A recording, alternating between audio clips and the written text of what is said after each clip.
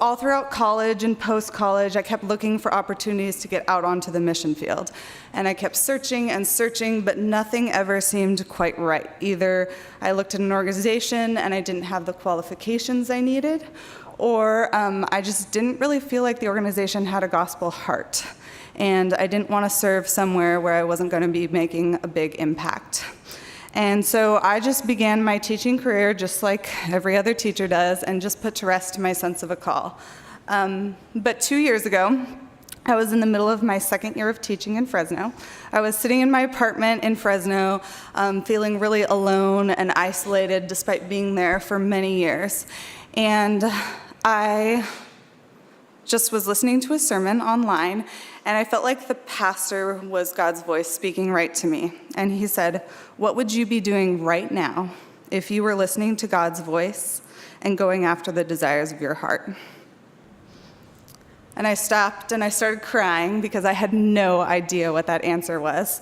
And then after thinking about it and praying about it, it came to me, I needed to move back home. I had no idea how moving back home would relate to God's call in my life and teaching and serving families of missionary kids, but God really did know.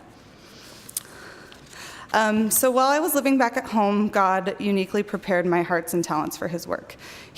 After putting in lots of job applications, he made it clear that the only school to respond to me was the school that I needed to go to. And at that school, I learned not just to teach better, but I learned to love families and the whole family support system that comes with each child in my classroom. He also placed me in a Bible study where I grew a lot in my knowledge of him and the importance of having God's word in our lives. He also really taught me the importance of worshiping in a local community and being supported and surrounded by the local church body and the people who are just living out all different areas of their faith.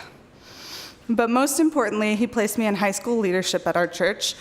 And the first week I was doing high school leadership, I was told I didn't need to come because just a missionary was sharing, and I didn't need to do any teaching or anything, but I chose to come anyway. And that missionary who was sharing was Nard. If anyone doesn't know Nard Palego, he served as a pilot doing helicopter piloting in the Philippines. And my church has supported him for many years. So when Nard was done teaching, he turned right to me and said, "You're a teacher. Wycliffe needs teachers. You need to go." And so from then on, that's what I've been doing. And I look forward to the ways that God is going to continue to open doors as I look forward into the future. Thank you.